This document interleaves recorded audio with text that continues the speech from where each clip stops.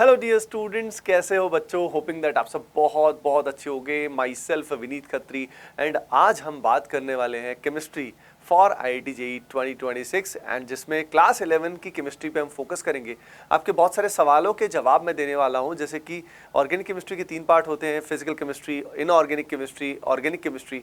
तो physical chemistry को कैसे डील करना है, काफ़ी सारे क्वेश्चंस आते हैं मोल कॉन्सेप्ट में, एटॉमिक स्ट्रक्चर में, जिसमें बहुत सारी कैलकुलेशन होती है, उनको कैसे डील करना है, इनऑर्गेनिक केमिस्ट्री को कैसे समझना है या उसको रटना पड़ेगा। और ऑर्गेनिक खैर अभी तक आपका स्टार्ट नहीं हुआ होगा, लेकिन ऑर्गेनिक केमिस्ट्री को भी एक बेसिक लेवल पे कैसे डील करना है, उनको एडवांस लेवल तक कैसे पहुंचाना है, कौन सा स्टडी मटेरियल आपके लिए सही रहेगा। तो आपके सारे सवालों के जवाब आज इस मास्टर वीडियो में मिलने वाले बच्चों। तो शांति से बैठ जाओ एंड जो बताया जाए उसको इंपॉर्टेंट पॉइंट्स को अलग से नोट भी कर लेना, लेकिन सबसे इंपॉर्टेंट बात है अप्लाई करना, क्योंकि सिर्फ सुनने से काम नहीं चलता। यस, तो सभी के सभी फुल जोश में लाइक कर दीजिए, है ना। एंड बस शुरू करते हैं आज की कहानी। देखिए बच्चों, सबसे पहले हम फिजिकल केमिस्ट्री की बात करते हैं। यहाँ पे केमिस्ट्री की क्लास 11 जो स्टार्ट होती है वो हमारी स्टार्ट होती है बेसिकली मोल कॉन्सेप्ट से, जिसको some basic concepts in chemistry भी कहा गया है NCERT के हिसाब से। पर मेनली उसमें जो कॉन्सेप्ट कराया गया है वो मोल है, स्टोइकियोमेट्री है। तो ये काफ़ी दिनों तक भी पढ़ाया जाता है डिफरेंट कोचिंग्स में, राइट।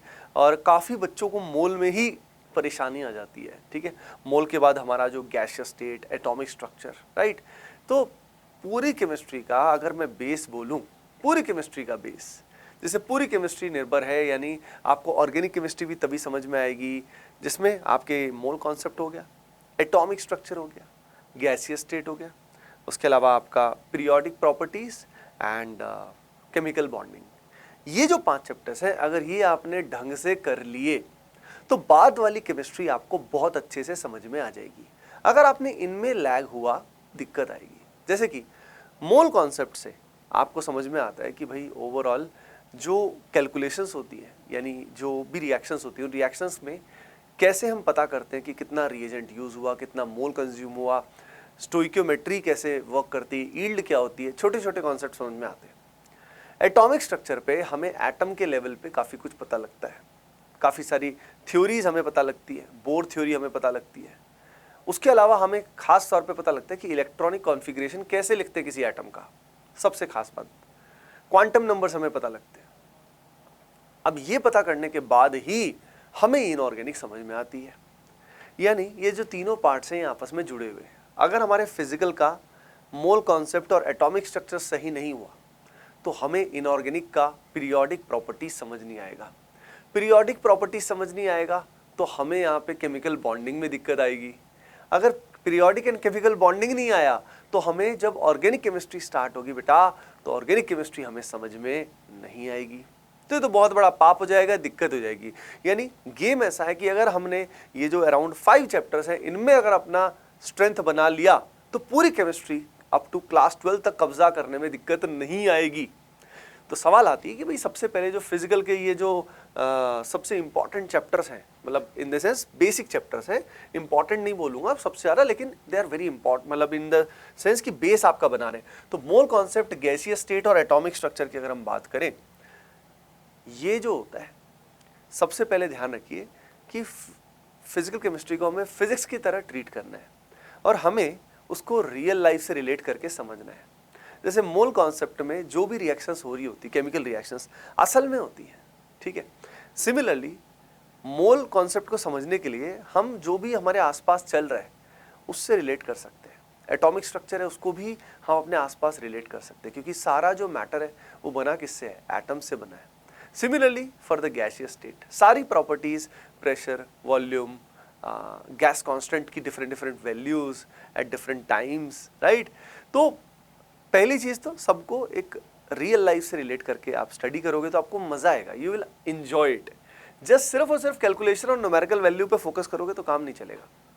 अब अगली इंपॉर्टेंट बात, चलो भाई थ्योरी तो समझ में आ रही है, लेकिन पता है थ्योरी भी रियल पे तभी समझ में आएगी जब खूब जम के हम न्यूमेरिकल्स की प्रैक्टिस करेंगे।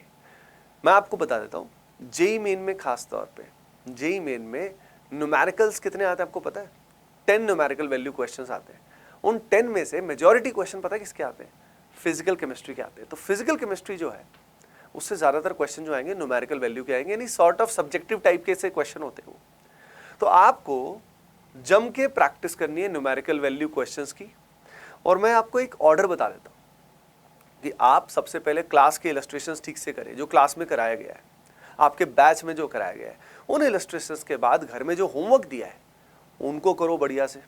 लेकिन अगर डिफिकल्ट लगे, कई बार हमें क्या लगता है कि सर डिफिकल्ट लग रहे हैं, तो आप ऐसा करो कि आप लोअर डिफिकल्टी लेवल के क्वेश्चंस खूब सारे कर लो, उससे आप में कॉन्फिडेंस आएगा। अब ये लोअर डिफिकल्टी लेवल के क्वेश्चंस कहाँ से मिलेंगे?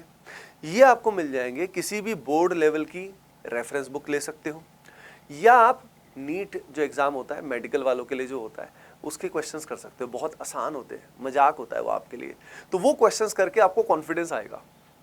तो हमें अपना कॉन्फिडेंस ब्रेक नहीं करना है सीधा ही एडवांस लेवल के क्वेश्चंस करके, या कई बार कोचिंग्स में इस तरह से हो जाता है कि सीधा टफ क्वेश्चन दे देते हैं, वो गलती करते हैं, क्योंकि हर बच्चा सीधा टफ क्वेश्चन नहीं कर पाता, उस कारण वो डिमोटिवेट हो जाता है। वो सोचता भाई क्लास 11 तो बहुत भारी है, अरे मोल में तो दिमाग खराब हो गया मेरा, एटॉमिक स्ट्रक्चर में तो ये हो गया मेरे साथ, एटॉमिक स्ट्रक्चर बड़ा डिफिकल्ट है। तो सबसे पहले जो फॉर्मूला बेस्ड क्वेश्चन है, जो बिल्कुल डायरेक्ट है, वो खूब सारे सवाल करने हैं। तो प्रोसेस समझ में आया? अंडरस्टैंड करो थ्योरी को, लेकिन थ्योरी में फंसे मत रहो। थ्योरी करते रहने से कॉन्फिडेंस आएगा ही नहीं। फिर छोटे छोटे बहुत सारे क्वेश्चंस करो जो डायरेक्ट फॉर्मूला बेस्ड है, और उसमें मैंने आपको बता दिया क्या करना है। फिर जाके टफ क्वेश्चंस जो हैं, अच्छे क्वेश्चंस जो हैं, उन तक आप पहुंच पाओगे। सीधा जाओगे, गिर जाओगे, डिमोटिवेट हो जाओगे, लेकिन मैं आपके साथ हूं बेटा, आपको डिमोटिवेट होने नहीं दूंगा। ठीक है? तो फिजिकल केमिस्ट्री का फंडा समझ गए क्या? अब बात आती है इसके अंदर कि सर कैलकुलेशंस में बड़ा परेशान हो जाता हूं, सर बड़ा दुखी हो जाता हूं, मोए मोए हो जाता है मेरे साथ। भाई कैलकुलेशंस जो होती है आपकी, इट्स ऑल अबाउट प्रैक्टिस। कई टीचर्स, चमत्कारी टीचर्स रिकमेंड कर देते कि कोई बात नहीं कैलकुलेटर यूज कर लो। अरे भाई ऐसे तो कैलकुलेटर यूज कर लो, चैट जीपीटी यूज कर लो, ये यूज कर लो, लेकिन एग्जाम में तो ये सब अलाउड है नहीं। तो एग्जाम में जब अलाउड नहीं है तो दिमाग तो खराब हो ही जाएगा, कुछ कैलकुलेशन होंगे नहीं वहाँ। तो हैबिट बना लो अभी से कि डिफिकल्ट से डिफिकल्ट कैलकुलेशंस करने की आपकी हैबिट होनी चाहिए, जिसमें अगर हैबिट हो गई तो हमें दिक्कत नहीं आती। हमें अप्रॉक्सीमेशन करना आ जाता है कि अप्रॉक्सीमेट कैसे करेंगे, बड़े से बड़े। जैसे फॉर एग्जांपल हमारे पास आर की वैल्यू दी हुई है, अब आर की वैल्यू है 0.0821 डिपेंडिंग ऑन द यूनिट्स, जो गैस कांस्टेंट है, राइट। पॉइंट ये है कि भाई इसकी जो वैल्यू है इसको हमें यूज क्या पूरा का पूरा ऐसे ही करना है। 0.0821 अगर हम ऐसे करेंगे तो भाई कैलकुलेशन बड़ी टफ हो जाएगी, तो हमें इसमें अप्रॉक्सीमेशन करना पड़ेगा। समझ आ रहा है आपको?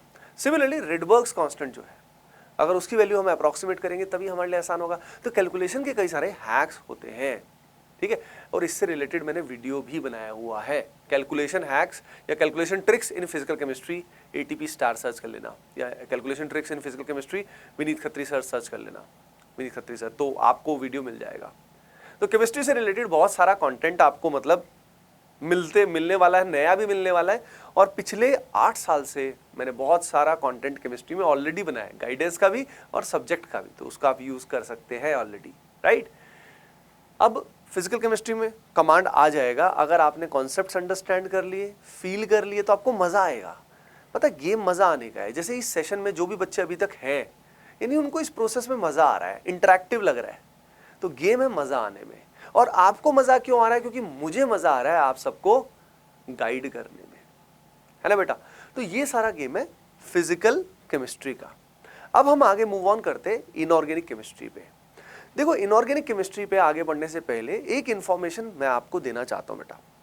आप में से बहुत सारे बच्चे ऐसे हैं जो भी अपनी तैयारी जो है जेईई 2026 के भी शुरू करने वाले हैं, अभी तक उन्होंने कोई भी कोचिंग ज्वाइन नहीं किया है, और वो ऐसी जगह है जहाँ पे प्राइमरीली या तो उनका ऑफलाइन कोचिंग में बहुत टाइम वेस्ट होता है या उनके लिए बहुत कॉस्टली पड़ता है, लेकिन उनको एक ऐसा ऑनलाइन कोचिंग चाहिए जहाँ पे उनको गाइडेंस भी मिले, पर्सनल गाइडेंस मिले, उनको बेस्ट आईआईटीएन फैकल्टी मिले, और कोर्स जो है वो भी टाइमली कंप्लीट हो जाए, प्लस एडवांस लेवल तक उनको पढ़ाया जाए। तो जो भी बच्चे एक ऐसे ऑनलाइन बैच की तलाश कर रहे हैं, मैं आपके लिए लेकर आया हूं द्रोण 3.0 बैच। द्रोण 3.0 बैच में अगर हम बात करें बेटा, तो इंडिया के one of the best faculties उसमें पढ़ाने वाले हैं, मैं भी आपको इसके अंदर पढ़ाने वाला हूं।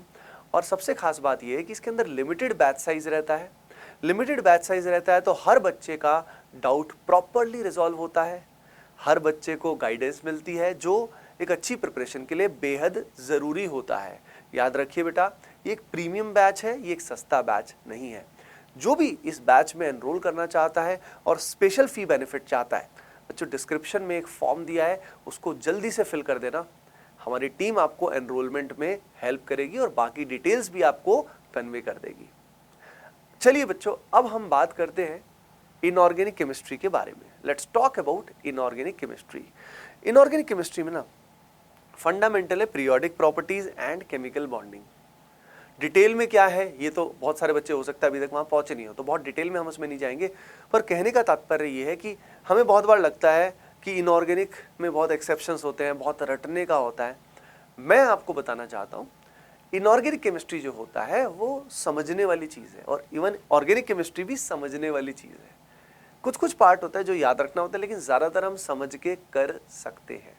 इनऑर्गेनिक में और भी कुछ चैप्टर होते हैं, लेकिन मेजर चैप्टर जो है जो आपका पूरा बेस बनाएंगे। और ऑर्गेनिक केमिस्ट्री तभी समझ में आएगी बेटा जब हमें यहाँ पे पीरियोडिक प्रॉपर्टीज़ और ख़ास तौर पे केमिकल बॉन्डिंग आएगी। कई बच्चों को केमिकल बॉन्डिंग नहीं आती, जिस कारण उनका पूरा ऑर्गेनिक केमिस्ट्री खराब हो जाता है। तो मैं नहीं चाहता आपके साथ ऐसा हो। तो सीक्वेंसिंग समझ रहे हो, पहले फिजिकल केमिस्ट्री के कुछ पार्ट कराया जाता है, फिर इनऑर्गेनिक स्टार्ट होती है, और organic chemistry in general last में कराई जाती है। ऑर्गेनिक केमिस्ट्री की बहुत डिटेल्स में अपन नहीं जाएंगे, पर यहाँ पे ध्यान रखना है कि इनऑर्गेनिक में ये समझ जाओगे periodic properties and chemical bonding, तो अगेन इसके छोटे छोटे बहुत सारे क्वेश्चंस होते हैं। इसमें बड़े क्वेश्चंस ज़्यादा नहीं होते, तो छोटे छोटे खूब सारे क्वेश्चंस होते हैं, और उनको कर करके सब प्रैक्टिस करके काम हो जाता है। बहुत डिफिकल्ट क्वेश्चंस इसमें एडवांस्ड में कुछ बन जाते हैं, जेईई मेन में तो उतने डिफिकल्ट नहीं बनते। ऑर्गेनिक केमिस्ट्री की अगर बात करें तो बहुत डिटेल में आई थिंक ऑर्गेनिक की बात अभी करना सही नहीं है, क्योंकि आप में ज़्यादातर को पता नहीं है। पर मैंने ये बात बता दी है कि ऑर्गेनिक तभी समझ में आएगी जब इनऑर्गेनिक का ये पार्ट कर लोगे, तो पहले से इस बात का ख्याल रखना, ठीक है। और ऑर्गेनिक इनऑर्गेनिक दोनों ही रट्टाफिकेशन नहीं है, बस टीचर ढंग के होने चाहिए जिनसे आप पढ़ाई कर रहे हो, तो दिक्कत बिल्कुल भी नहीं आने वाली। बच्चों अब हम बात करते हैं कि यहाँ पे सॉल्यूशंस आपको देखने चाहिए क्या। तो देखो आज के टाइम में जो भी बच्चे पढ़ाई करते हैं प्राइमरीली उनको सॉल्यूशंस या इंटरनेट पे सॉल्यूशंस मिल जाते हैं या वीडियो सॉल्यूशंस मिल जाते हैं। जैसे हम लोग भी जो द्रोण बैच है उसमें वीडियो सॉल्यूशंस भी प्रोवाइड करते हैं, डाउट्स भी रिजॉल्व कराते हैं, एवरीडे लाइव सेशन होता है बच्चे का। बट द पॉइंट इज, मैं हमेशा बच्चों को एनकरेज करता हूँ कि अच्छे सवालों पर समय ज़्यादा दो। अगर आपने अच्छे सवालों पे समय ज़्यादा दिया तभी आपका माइंड डेवलप होगा, नहीं तो क्या होगा, आपकी हैबिट पड़ जाएगी कि अच्छा सवाल आते ही अरे यार मुझसे नहीं हो पाएगा। अगर आप अच्छा सवाल देखते ही फैल जाओगे तो खुद सोचो, थिंक योरसेल्फ कि जब रियल एग्जाम में अच्छा सवाल आएगा तो आपके साथ क्या होगा, फैल जाओगे बेटा। तो अगर आप चाहते हो कि रियल एग्जाम में आपको मचाना है, अच्छा करना है, तो मेक श्योर कि सॉल्यूशंस जब बहुत ज़रूरत हो तभी देखना। अगली इंपॉर्टेंट बात, आप सभी बच्चों के लिए हमने बहुत सारा quality study material free of cost upload कर दिया है। कहाँ अपलोड किया है मैं बता देता हूँ। रिसोर्स हमारी वेबसाइट है atpstar.com, या हमारी लर्निंग ऐप है, उसका लिंक डिस्क्रिप्शन में दिया हुआ है। वहाँ पे आप लॉगिन करिए और वहाँ पे आपको स्टडी मटेरियल सेक्शन में कोटा का बहुत ही अमेजिंग मटेरियल, जिसमें आपको मेरे पर्सनल नोट्स भी मिल जाएंगे, जो जब मैंने टॉप रैंकर्स को पढ़ाते रहते हैं हम लोग, उनके जो नोट्स जो मेरे क्लास में पढ़ाए हुए वो बनाते हैं वो भी मिल जाएंगे। बहुत अमेजिंग मटेरियल, और वो अपडेट भी होता रहता है। प्लस प्रैक्टिस के लिए भी बहुत अमेजिंग फ्री रिसोर्सेज भी है।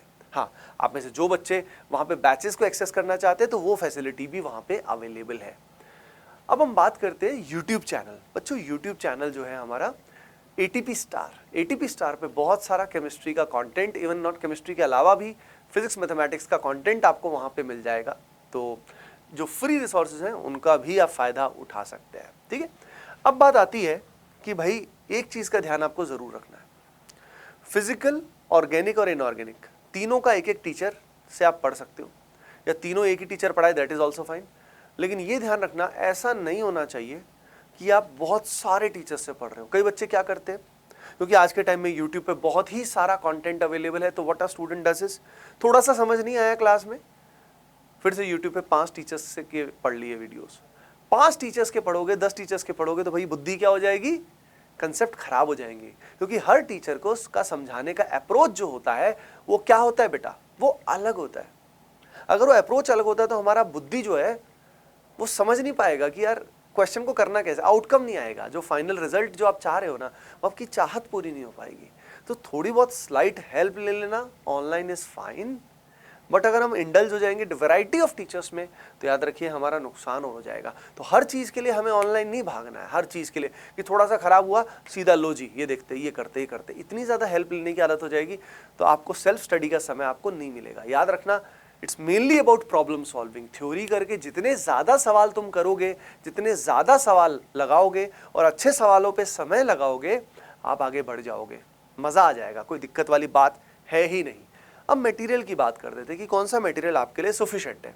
देखो जो बच्चे द्रोण 3.0 बैच में आने वाले उनके लिए जो मटेरियल दिया गया है that is more than enough along with chapter wise previous year questions. PYQ आपने टर्म सुना होगा, प्रीवियस ईयर क्वेश्चंस, राइट। तो चैप्टर वाइज पीवाईक्यू सबसे बेस्ट है जेई मेन के लिए भी, जेई एडवांस्ड के लिए भी, क्योंकि इतने सालों से एग्जाम्स हो रहे हैं तो बहुत बड़ा, बहुत amazing, most relevant question bank हमारे लिए वही होता है। Reference book depending on our practice need हम टीचर से रिकमेंडेशन ले सकते हैं। आप चाह रहे होगे कि मैं आपको रिकमेंड कर दूं, लेकिन मैं इसलिए रिकमेंड नहीं करूंगा क्योंकि जहां आप पढ़ रहे हो ना, कोचिंग ले रहे हो, वही टीचर रिकमेंड करे तो आप वहां से डाउट्स भी पूछ सकते हो, तो वो आपके लिए बेटर रहेगा। इसलिए आप उन्हीं से रिकमेंडेशन लिए। अगर आपको किसी एक पर्टिकुलर पार्ट की बहुत ज्यादा प्रैक्टिस करनी है then only it is needed, otherwise जरूरत ही नहीं पड़ती। तो बच्चों आज की वीडियो को मैं सम अप कर देता हूं। सबसे पहले आपने समझा कि पहले कंसेप्चुअल अंडरस्टैंडिंग बनाओ, लेकिन सिर्फ थ्योरी में फंसे मत रहो, जम के प्रैक्टिस करो। पहले आसान आसान बहुत सारे क्वेश्चंस करो और ये बेसिक जो पहले 5 चैप्टर्स हैं अगर ये आपने सही कर लिए तो पूरी chemistry up to class 12th आपके कब्जे में रहेगी। घबराने की कोई बात नहीं है, मजे से पढ़ो और फोकस करो। बहुत ज्यादा जगह हाथ पांव मारने से हमारी लिमिटेड एनर्जी और भी खर्च हो जाएगी, खराब हो जाएगी। ये वीडियो कैसा लगा बच्चों कमेंट सेक्शन में बताना, और अगला वीडियो किस टॉपिक पे आपको चाहिए बेटा कमेंट सेक्शन में मुझे जरूर बताइए। I am always there to help you and I love you so much. मिलते हैं नेक्स्ट वीडियो में, bye bye, take care and keep doing well and full जोश में लाइक तो बनता है बॉस।